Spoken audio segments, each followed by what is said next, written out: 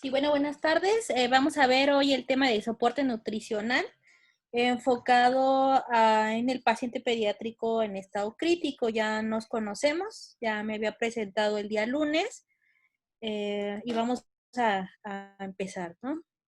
Si igual, si hay alguna duda durante la plática o al final, pues aclaramos las dudas, ¿no? Como introducción, pues el soporte nutricional es un elemento muy importante en el tratamiento, aparte de pues los antibióticos, la sedación, relajación y todo lo que tiene que o involucra al paciente crítico. Uno de los apoyos más importantes es la nutrición, ¿no? Es lo que puede ayudar a los pacientes. Los pacientes pediátricos en estado crítico que previamente están desnutridos son más propensos a desarrollar fallas orgánicas, inestabilidad hemodinámica y pues se pueden llegar a evolucionar más rápido a muerte, ¿no?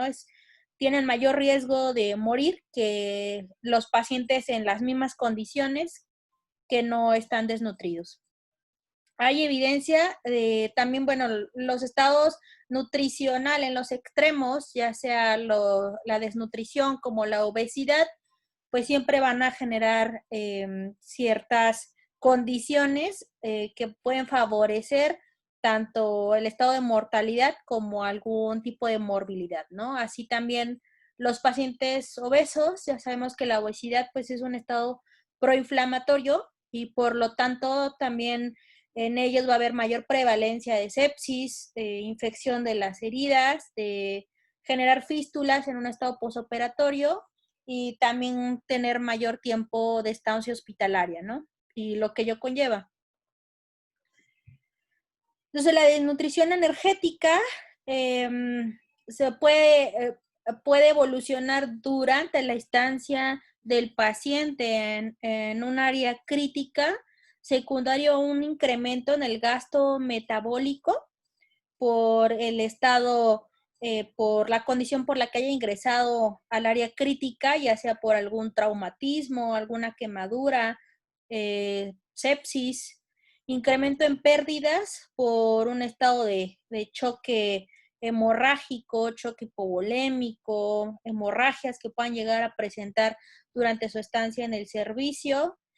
Y bien, por la disminución de la ingestión, ¿por qué? Porque muchos pacientes ingresan inestables y en la mayoría de las ocasiones nos enfocamos a mantenerlos con vida, pero no en mejorar sus condiciones, ¿no? O sea, a veces se nos olvida un poco iniciar una nutrición de forma temprana y oportuna para disminuir morbilidades en este paciente, ¿no?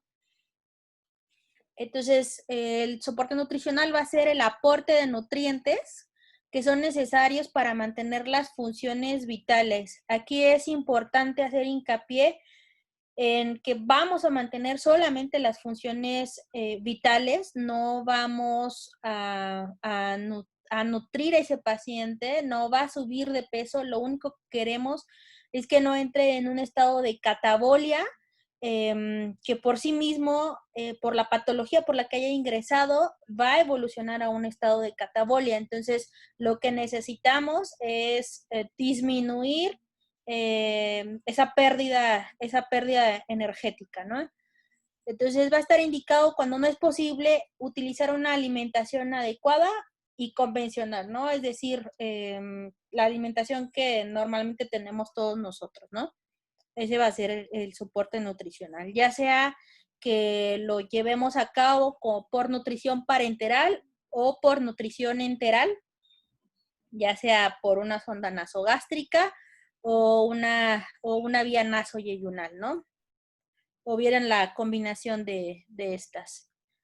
Entonces ya lo habíamos comentado, puede ser por nutrición enteral o nutrición parenteral, sobre todo para disminuir la morbimortalidad de los pacientes en estado crítico. Y o bien puede ser una nutrición mixta cuando no podemos incrementar mucho los volúmenes a nivel enteral o no se encuentra tolerando todavía el paciente altos volúmenes a nivel enteral, ¿no? Ahorita vamos a explicar por qué puede pasar esto. Ahora, la frecuencia de un estado de desnutrición en los pacientes hospitalizados puede oscilar desde el 30 al 60%. Eso quiere decir que muchos pacientes que ingresan con un adecuado estado nutricional pueden evolucionar hacia desnutrición solo por el hecho de estar indicando periodos de ayuno.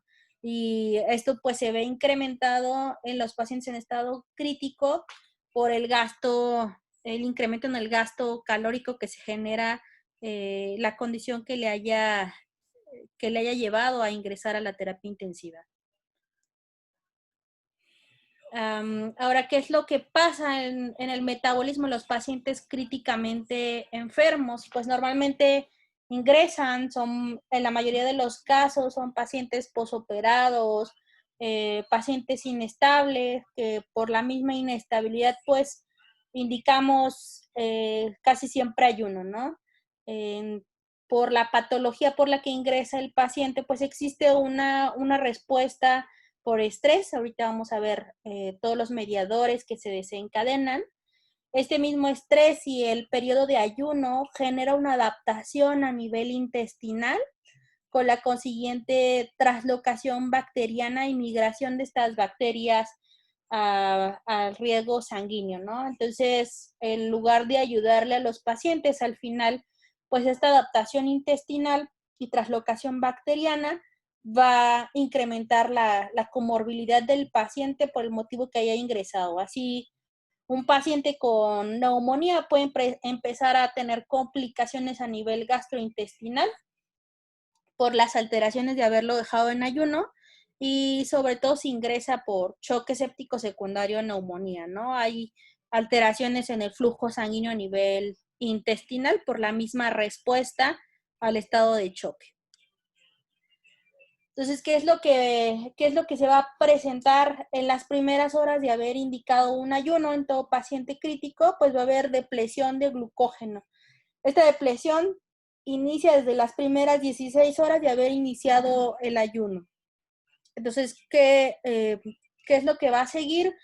Se va a buscar a la obtención de energía secundario a la degradación de proteínas. Al iniciar esta degradación de proteínas, por utilizar estos aminoácidos, vamos a provocar una disfunción intracelular. Entonces, si el paciente ya ingresó con un estado de choque o traumatismo cráneoencefálico que por sí mismo, o un paciente en estado posparo, que por sí mismo ya viene con algún estado de disfunción, al momento de iniciar el ayuno, se perpetúa esta disfunción intracelular, ¿no? Y posterior a ello, pues inicia con la glucólisis, precisamente para obtener energía para mantener las condiciones mínimas de sobrevida de este paciente, ¿no? Entonces, algunas respuestas por el estrés en los pacientes críticos, pues existen cambios hormonales como son la elevación de la hormona adrenocorticotrópica, la elevación del cortisol, de catecolaminas como epinefrina, norepinefrina, glucagón y renina y aldosterona, ¿no? Y va a haber disminución de las hormonas tiroideas. Por eso en los pacientes en estado crítico y que se sospecha hipotiroidismo no es adecuado tomar un perfil tiroideo, ¿no? Porque por sí mismo, por una respuesta al estrés, hay una disminución de las hormonas tiroideas. Esta disminución de las hormonas va a generar un inicio de proteólisis, lipólisis, neoglucogénesis y glicogenólisis a nivel hepático. Si esto se perpetúa, puede llevar a agregarse una disfunción gastrointestinal y hepática si el paciente no ingresó por esta patología, ¿no? Es decir, se incrementan las morbilidades. También se genera una respuesta inflamatoria secundario a un estado de estrés, independientemente de lo que genere el estrés, ¿no? Postquirúrgico, trauma o sepsis. Se inicia la activación del complemento, hay liberación de leucotrienos, de interleucinas, la liberación del factor de necrosis tumoral, que esto va a generar un hipercatabolismo, pero por este hipercatabolismo y por tratar de llevar a cabo las funciones mínimas para mantenernos con vida, pues no va a haber una adecuada síntesis proteica, ¿no? El cuerpo no va a alcanzar a sintetizar proteínas para las funciones, para otras funciones que no son vitales. Y entonces empieza el paciente a tener un balance nitrogenado negativo. ¿Qué es lo que ocurre a nivel intestinal como un mecanismo de adaptación? Bueno, la función intestinal, pues aparte de llevar a cabo las funciones de digestión y absorción de nutrientes, también regula procesos inmunológicos, endocrinos, y los nutrientes van a estimular la liberación de hormonas, además de todo esto mejorar la motilidad y la función. De hecho, hay pues muchas hipótesis que varias patologías se inician a nivel intestinal por la liberación de algunos procesos inmunológicos y translocación bacteriana, ¿no? Aparte bueno, de la patología gastrointestinal que pueda llegar a ingresar a nuestra terapia, ¿no? Como los pacientes de colon neutropénico. Entonces, al tener esos antecedentes, ya se pierde la barrera intestinal. Acuérdense que el intestino funciona como una barrera para que no ingresen o no exista esta translocación de bacterias que normalmente hay en la luz intestinal.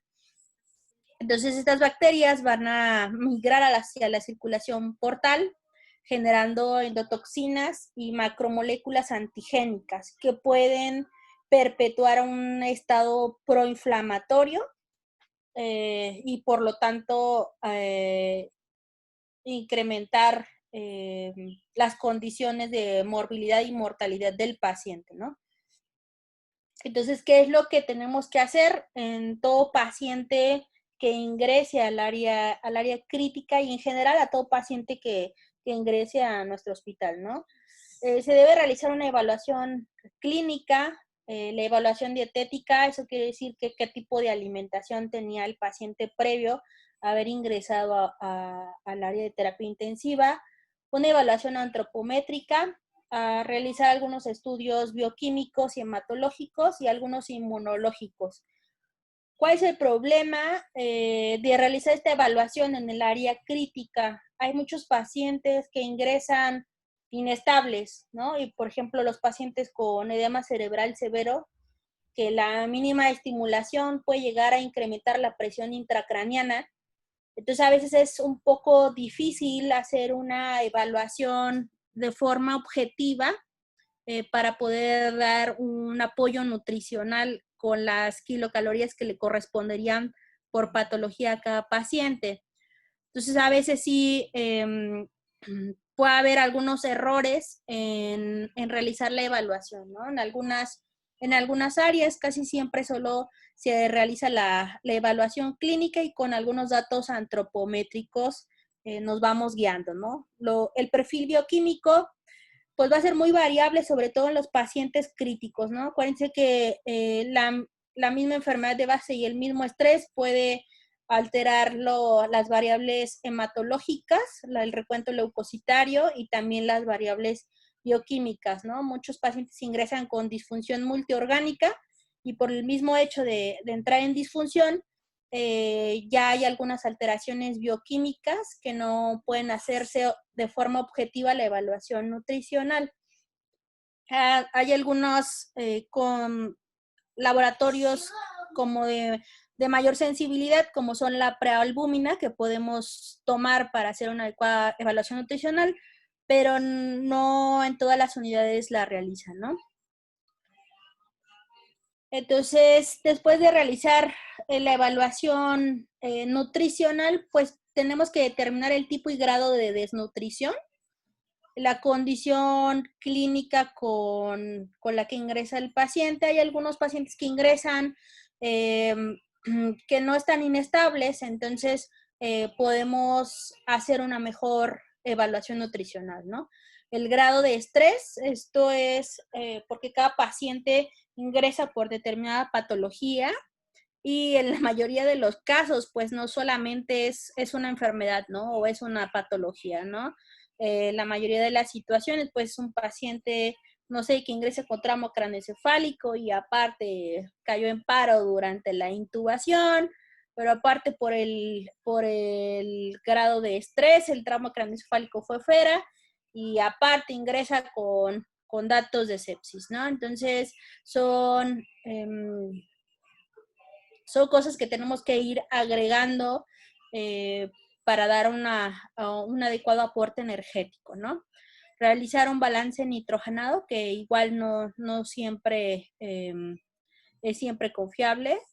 Y pues dar unas adecuadas recomendaciones de energía de acuerdo a edad, sexo y características del paciente. Aquí es variable, ahorita vamos a ver algunas fórmulas para estimar las kilocalorías que le corresponderían a cada paciente. Uy, mi amor, espérame tantito. A cada paciente de acuerdo a la patología que tiene, ¿no? Entonces, vamos a seguir con la siguiente.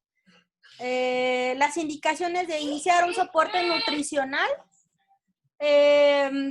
Cuando iniciar una nutrición parenteral, cuando haya imposibilidad de nutrición enteral. En los anteriores artículos o previamente se prefería más la nutrición parenteral, esto cuando empezó el inicio de la nutrición parenteral o su auge. Sin embargo, después se dieron cuenta que era más riesgoso iniciar una nutrición parenteral y las guías actuales pues siempre se van por iniciar una nutrición enteral porque existe menos riesgo de complicaciones, ¿no?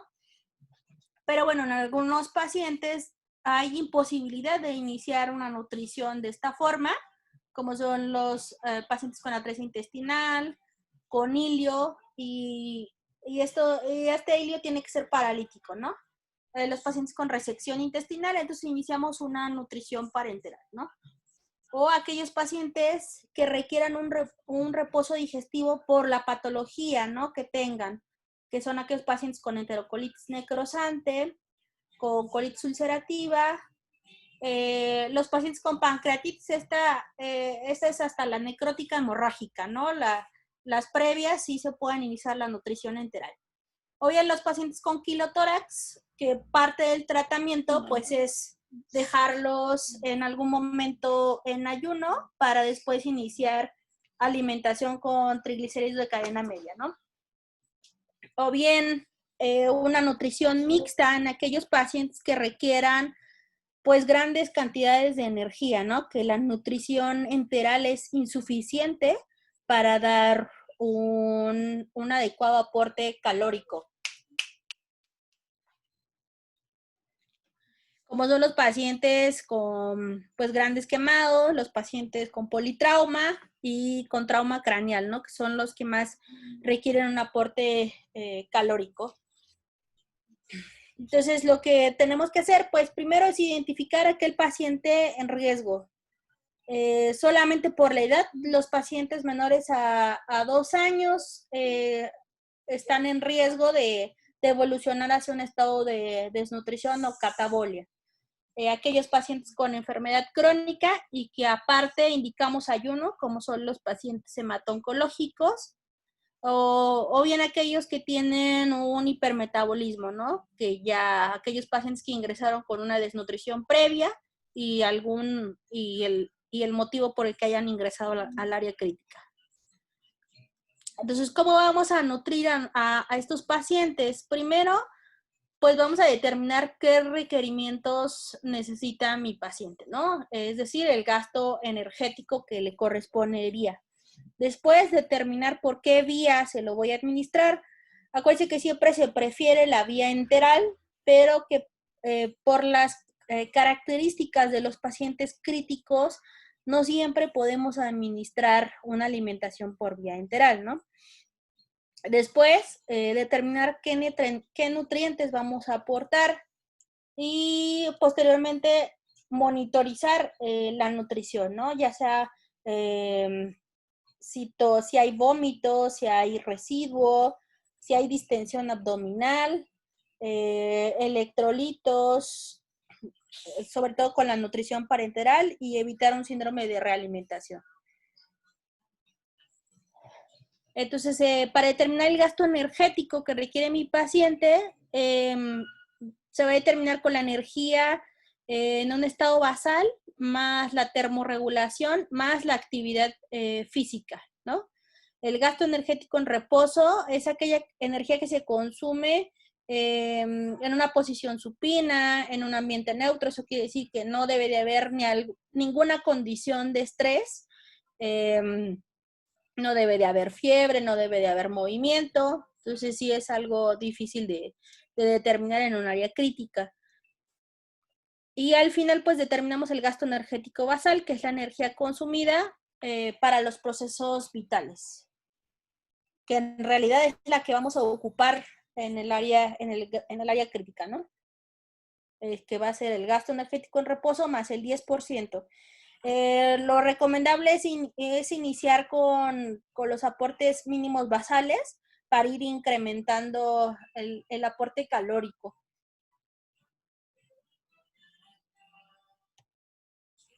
Y bueno, aquí están las fórmulas que les había comentado.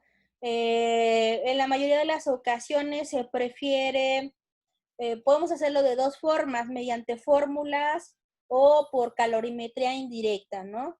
Sin embargo, la calorimetría indirecta pues requiere ciertas condiciones que no siempre en el área crítica se pueden tener, sobre todo que no haya, la mayoría son pacientes intubados, entonces la primera condición que sea es que no haya fuga del tubo endotraqueal. En la mayoría de los pacientes pues no hay un cierre hermético del tubo endotraqueal, ¿no? Sobre todo porque no, la mayoría son pequeños y no utilizamos algún globo, ¿no? En la cánula endotraqueal, y eso pues en la mayoría de los chiquitos pues hay fuga del tubo, entonces no se puede realizar una adecuada evaluación por la calorimetría, ¿no?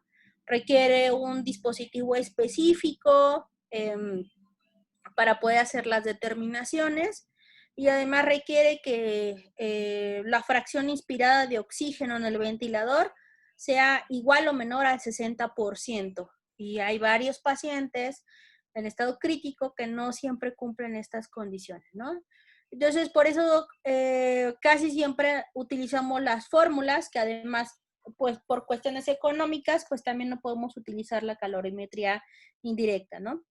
Existen estas fórmulas que son las más usadas para pacientes críticos, son la Harris-Benedict, la de Schofield y la de la OMS, que está en la siguiente diapositiva, ¿no? Y al final casi siempre pues está determinado por la edad del paciente. Se dan cuenta aquí, toma en cuenta los años, la estatura. La que más se utiliza en pacientes críticos pues es la de Schofield, ¿no? Que va determinada por la edad, si son niñas o niños, tomando en cuenta la estatura, y se agrega el factor de estrés, ¿no? Y al final, pues esta es la fórmula de la OMS para determinar la tasa metabólica en reposo, y aquí va sumando los diversos factores, ¿no? Si está en reposo, pues nada más multiplican por 1. Si hay factores de agresión como son pues el estado de desnutrición, la cirugía, politrauma, sepsis, que la mayoría de los casos pues son varios factores de agresión que tienen los pacientes, ¿no? Y si se requieren factores para mantenimiento o para anabolismo, ¿no? Acuérdense que comentamos que los pacientes críticos casi siempre vamos a iniciar con las mínimas calorías que se requieran para mantener funciones vitales solamente, ya no para anabolismo. Entonces, y la calorimetría indirecta, esta va a ser la medida de conversión de energía metabolizable. Se va a calcular a partir del consumo de oxígeno y de la producción de dióxido de carbono. Por lo tanto, por lo que ya habíamos comentado, pues es poco confiable en pacientes intubados por el escape de aire. No se puede utilizar en pacientes que requieran fracciones inspiradas de oxígeno mayores al 60%, y tampoco los pacientes que estén en hemodiálisis, precisamente porque se basa en el cálculo del consumo y producción de dióxido de carbono, ¿no? Para determinar el metabolismo celular. Y bueno, ¿qué es lo que tenemos que tomar en cuenta después de que ya calculé mi gasto energético, ¿no? Que hay muchas condiciones que a veces por la determinación de la fórmula, que a lo mejor la fórmula que utilicen no fue la adecuada, entonces puedo llevar a un estado de subalimentación, o bien puedo llevar a cabo un estado de sobrealimentación.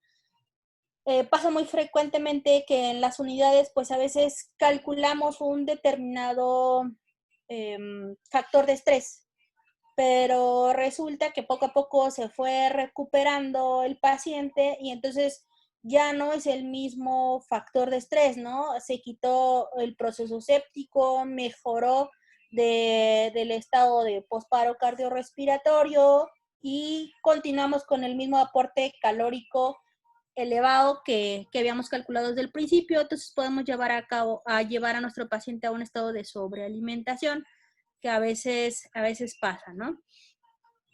O bien es un paciente que durante su ingreso, pues quizás llegó en un postquirúrgico inmediato, que quizás sospechamos que no iba a haber ninguna complicación y presenta complicaciones como son sepsis o paro cardiorrespiratorio, ¿no? Entonces me quedé con el mismo aporte kilocalórico de su ingreso, pero ya no le agregué los factores de estrés que se fueron agregando durante su estancia en el área crítica.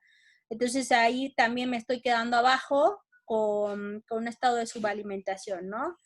Entonces el estado de subalimentación, ¿qué es lo que va a generar? Pues va a demorar la cicatrización de las heridas. Hay muchos pacientes que ya habíamos comentado que ingresan en un estado postquirúrgico, que no solamente hay demora, sino que hay dehiscencia de la cicatrización, ¿no? Hay riesgo de infecciones, hay deterioro cognitivo precisamente por un estado de subalimentación, por falta de aminoácidos, y obviamente va a haber un aumento de mortalidad y de estancia en terapia intensiva porque pues se agrega el riesgo de infecciones. Y los pacientes con sobrealimentación que pueden llegar a tener pues un estado de hiperglucemia. Acuérdense que el estado de hiperglucemia conlleva también a riesgo de sepsis y mayor estancia hospitalaria. Un estado de hipertrigliceridemia, colestasis. Hay fallo respiratorio, ¿por qué? Porque los carbohidratos al final pues se van a metabolizar en dióxido de carbono y va a haber incremento en el CO2, ¿no? Entonces hay que estar haciendo modificaciones a nivel respiratorio por no estar evaluando adecuadamente la alimentación en el paciente, ¿no? Carbohidratos elevados en un paciente con neumonía o SDRA, pues pueden llevar a deteriorar sus condiciones o perpetuar el estado de CDRA, ¿no? O bien pueden llevar a uremia por incremento en proteínas.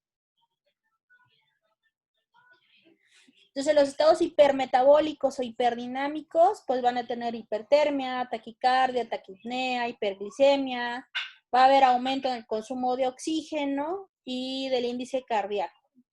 Este pico de estrés se lleva entre el tercer y el cuarto día del ingreso a la terapia intensiva. Y la inversión, eso quiere decir que disminuye esta cantidad de consumo entre el 7 y el 10 día, el 10º día. Los pacientes en terapia sedados van a requerir el gasto energético basal más un factor de estrés.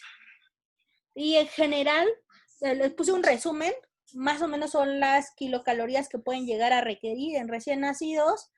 y lactantes de 50 a 55 kilocalorías. Esto va a depender. Hay algunas bibliografías que van o que recomiendan que hay algunos pacientes que pueden requerir desde 80 hasta 120 kilocalorías por kilo por día, ¿no? Sobre todo porque hay que estar haciendo las evaluaciones de forma continua, si son adecuados nuestros aportes kilocalóricos para la patología del paciente, ¿no? Les digo, hay muchos pacientes que se van agregando conforme están en la terapia intensiva factores de estrés, ¿no? Que no nada más ingresaron por una enfermedad y que después se van complicando y que hay que agregar kilocalorías por los factores de estrés que se han ido agregando. Y ya al final en la adolescencia, pues este aporte calórico pues cae, ¿no? Puede llegar a requerir 25 kilocalorías por kilo por día. Entonces los carbohidratos en general pues se requieren del 50 al 60%. Obviamente hay que individualizar la patología de cada paciente. En general, adolescentes y adultos pueden utilizar 5 miligramos por kilo por día. Esto, pues sí, como dice, hay que individualizarlo. Hay algunos lactantes desnutridos, chocados, en postquirúrgico, que pueden llegar a requerir hasta 10 o hasta 15 miligramos por kilo minuto de glucosa, ¿no? Y, y esto es secundario a toda la patología que tiene y a los procesos sépticos, ¿no? Entonces, hay que también tomar en cuenta que este exceso, que ya habíamos comentado, este exceso de carbohidratos, pues también van a ocasionar un incremento en la producción de CO2, sobre todo para determinar o adecuar el aporte de carbohidratos en los pacientes que aparte tienen problemas respiratorios. Entonces los lípidos van a suministrar el 30% de las kilocalorías. Lo máximo que se puede tener en los lactantes es de 3 a 4 gramos por kilo por día. En los preescolares va disminuyendo hasta 3 gramos por día y al final en adolescentes y adultos hasta de 1 a 1.5 gramos por día, ¿no? Las proteínas van a proporcionar hasta el 15% del aporte calórico total, o bien hasta el 20% en estados hipercatabólicos. Esto casi siempre se utiliza en los pacientes con grandes quemaduras. En general, pues la recomendación en los lactantes es de 2 a 2.5 gramos por kilo por día. Los niños de 1 a 1.2, es decir, a los preescolares, y ya los adolescentes de 0.8 hasta 1 gramo por kilo por día, ¿no? Esto hay que estar evaluando o realizando las relaciones nitrógeno-calorías no proteicas, sobre todo los estados hipercatabólicos. Y hay que recordar que 1 gramo de proteína aporta 4 kilocalorías, que corresponde a 0.16 gramos de nitrógeno para realizar el balance nitrogenado. Entonces, ¿cuál es la elección de la vía del aporte de nutrientes? Ya habíamos comentado que la enteral es la de primera elección, ¿no? La única contraindicación absoluta para iniciar las primeras 24 horas una alimentación enteral es el hilo intestinal obstructivo o paralítico, ¿no? Y bien, podemos utilizar la vía parenteral siempre y cuando, o bien la mixta, siempre y cuando aún no alcancemos los volúmenes adecuados por vía enteral y que necesitamos un adecuado aporte kilocalórico, ¿no?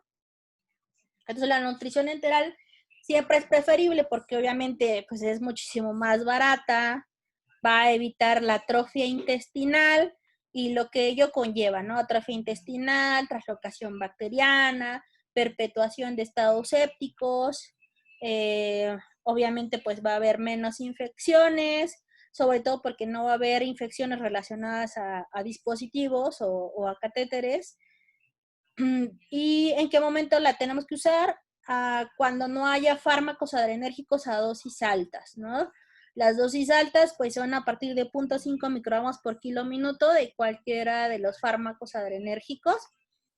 Y bien, bloqueadores musculares, los pacientes con edema cerebral severo, con SDRA, que requieren niveles altos de PEP, en algunas ocasiones tenemos que bloquearlos.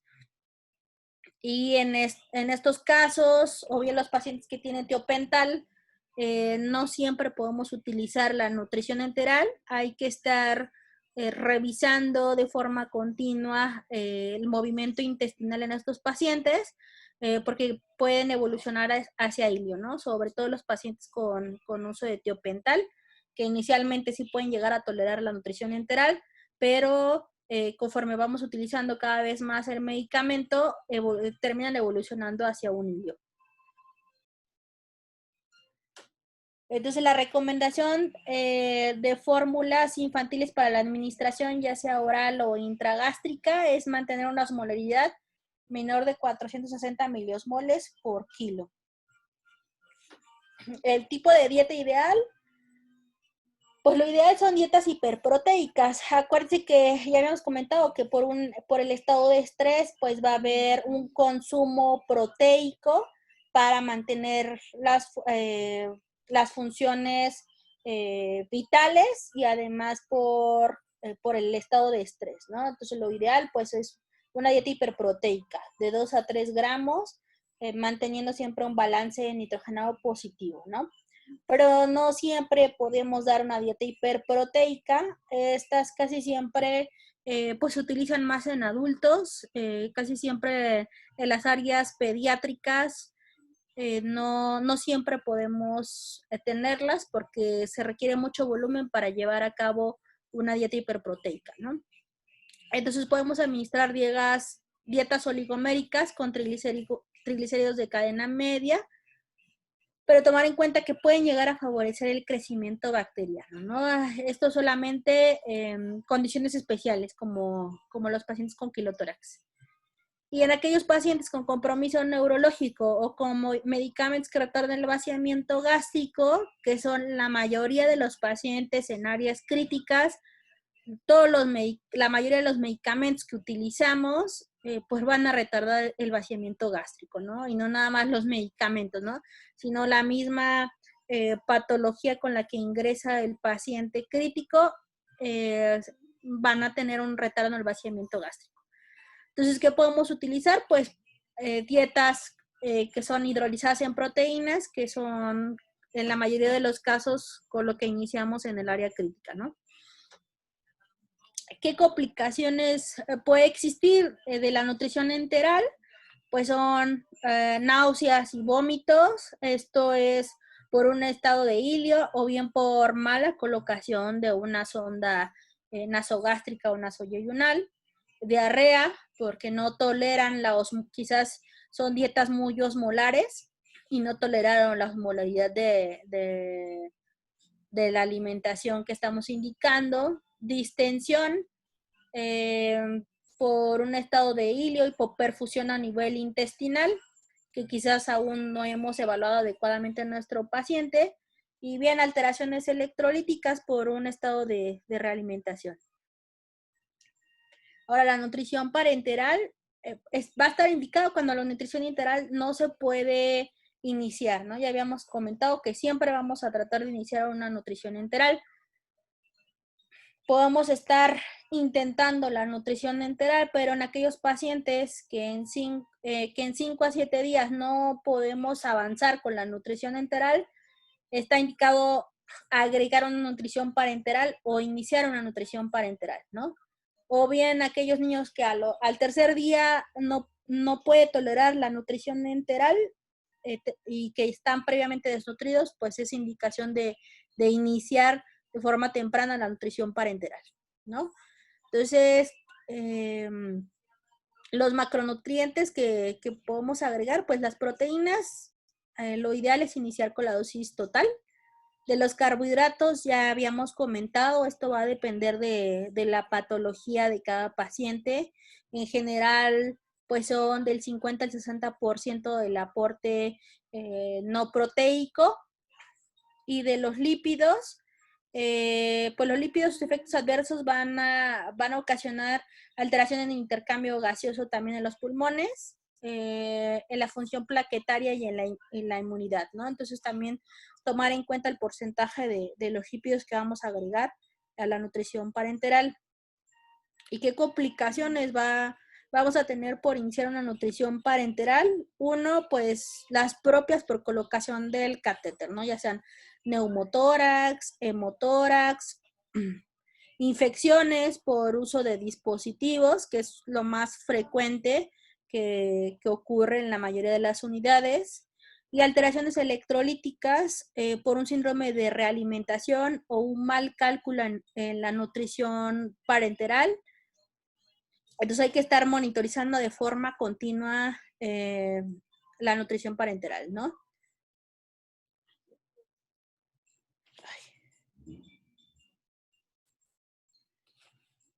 Hay que estar monitorizando el volumen de la nutrición, casi siempre se inician a menores volúmenes y vamos incrementando las complicaciones de la nutrición tanto enteral como parenteral.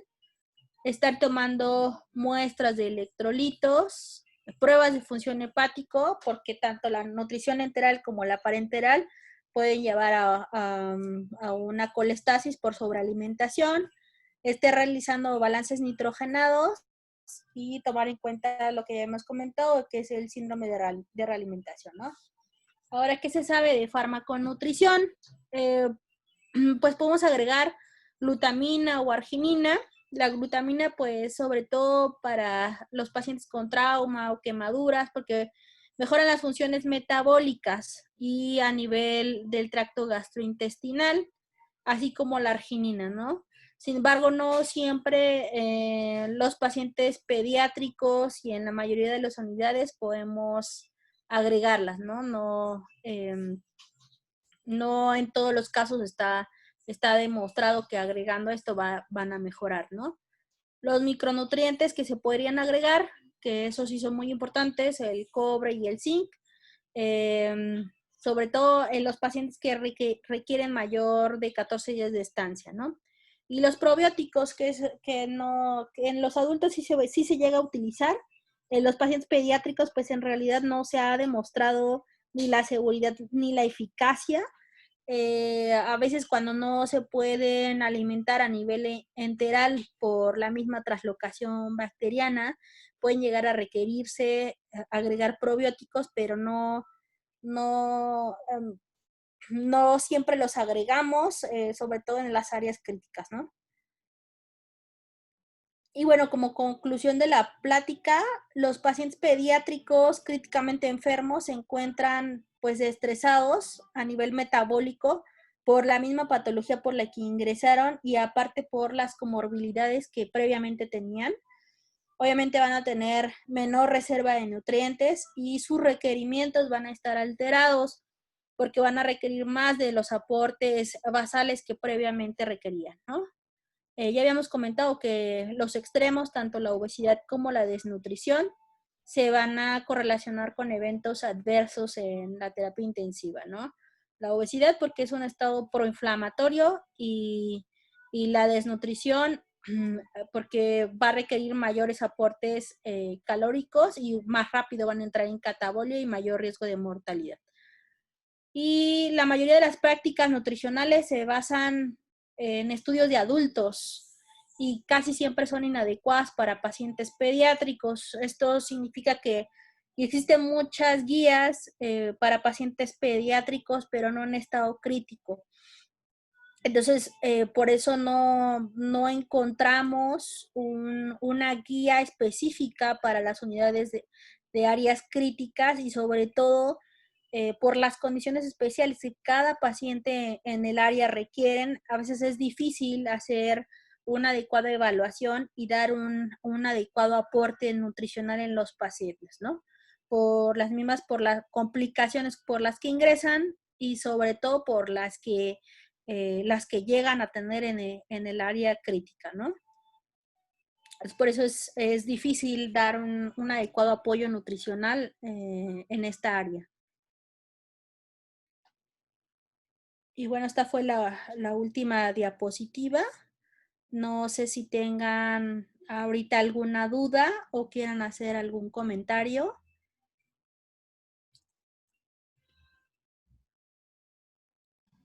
Doctora, yo tengo duda principalmente para las indicaciones para suspender la nutrición parenteral, que muchas veces pues la inestabilidad hemodinámica o los desequilibrios hidroelectrolíticos, a veces así nada más le están colgando la nutrición parenteral y pues nos damos cuenta que tiene hipercalemia, pero pues saber cuándo en realidad sí debemos suspenderla o a lo mejor con algunos ajustes en soluciones o algún otro corrección que podamos hacer para no desperdiciar tanto las nutriciones parenterales o si sí es estrictamente necesario suspenderlas en todos esos casos. Sí, fíjate que sí ha pasado en muchas ocasiones que, como tú comentas, ¿no? Una de las principales alteraciones electrolíticas, pues son la hipercalemia, ¿no? Entonces acuérdense que en el área crítica siempre tratamos de forma aguda todo. No nos esperamos las correcciones para 4 o para 6 horas, ¿no? Entonces, si tenemos un aporte agregado por soluciones intravenosas, pues es suspender el aporte agregado que tenemos por soluciones intravenosas y dar el tratamiento para la alteración electrolítica que tengamos, en este caso para hipercalemia. Si es un paciente que nos está orinando bien, pues no hay ningún problema, ¿no? Lo podemos tratar de forma aguda y tomamos controles máximo a las 2 o 3 horas de realizar todas las medidas para esta alteración electrolítica. Si es un paciente que cayó en paro cardiorrespiratorio, que está inestable en ese momento, que está sangrando, que no tengo un acceso, obviamente la prioridad en ese momento no va a ser nutrirlo ni mantener sus condiciones basales, ¿no? Sino es sacarlo de ese estado de inestabilidad y cuando vuelva a estar estable, volver a iniciar la nutrición parenteral. Entonces, en ese momento no tengo acceso venoso, lo primero que hago es suspender la nutrición parenteral, ¿no? Ya pasa a segundo término la nutrición. En el dado caso de que el paciente presente hiperglucemia, pues lo que podemos hacer en lugar de suspender la nutrición parenteral es iniciar una instilación de insulina y la siguiente nutrición parenteral de las 24 horas que sigan, pues hacer el ajuste adecuado de la glucosa kilómetro que le corresponde a mi paciente, ¿no? A veces, pues en piso es muy fácil que, por ejemplo, por no tener el tiempo, la monitorización adecuada, pues rápido ven un paciente con hipofosfatemia y suspenden todas las nutriciones parenterales, ¿no? Sin embargo, pues en el área crítica, como hacemos una monitorización de forma continua, pues podemos hacer la corrección tanto en soluciones intravenosas como de forma aguda. Tomamos controles y así evitamos estar suspendiendo nutriciones parenterales, ¿no? Casi siempre cuando ya hay triglicéridos hasta mayor de 1000, podemos suspender la nutrición parenteral, ¿no? Antes de que lleguemos a ese valor, pues vamos haciendo el ajuste adecuado en el aporte de lípidos. Pero va a depender de la condición del paciente. Pero si está inestable y no tengo acceso, eso sí se suspende inmediatamente la nutrición parenteral. Casi en esas condiciones es cuando suspendemos en el área crítica, ¿no? Si lo demás lo podemos corregir, nos esperamos para la suspensión. Si es un paciente que, por ejemplo, con todas las medidas antihipercalémicas no podemos disminuir la cantidad de potasio, pues suspenda la nutrición parenteral porque pues seguramente fue calculada con potasio, ¿no? Entonces, tenemos que individualizar en cada paciente lo que está ocurriendo, ¿no?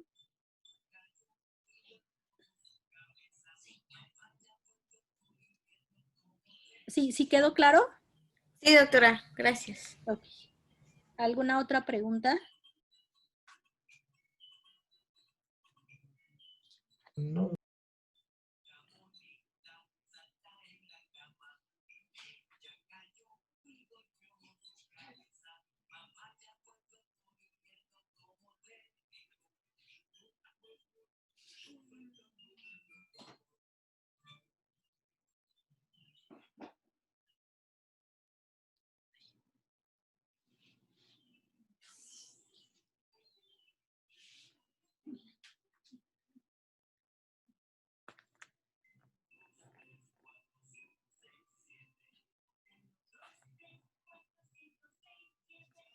¿Ya no tienen más preguntas para la doctora Marta? No, doctor. Yo no. Muy bien. Pues muchas gracias, Marta, por el apoyo para los residentes y saludos a tu hijo. Gracias, doctor. Sí, para eso estamos. No, muchas gracias. Y seguramente en un futuro te seguiremos molestando. Sí, no se preocupe. Si hay forma, yo apoyo para los residentes. Excelente. Muchas gracias. Gracias, Bueno. hasta luego, que estén bien.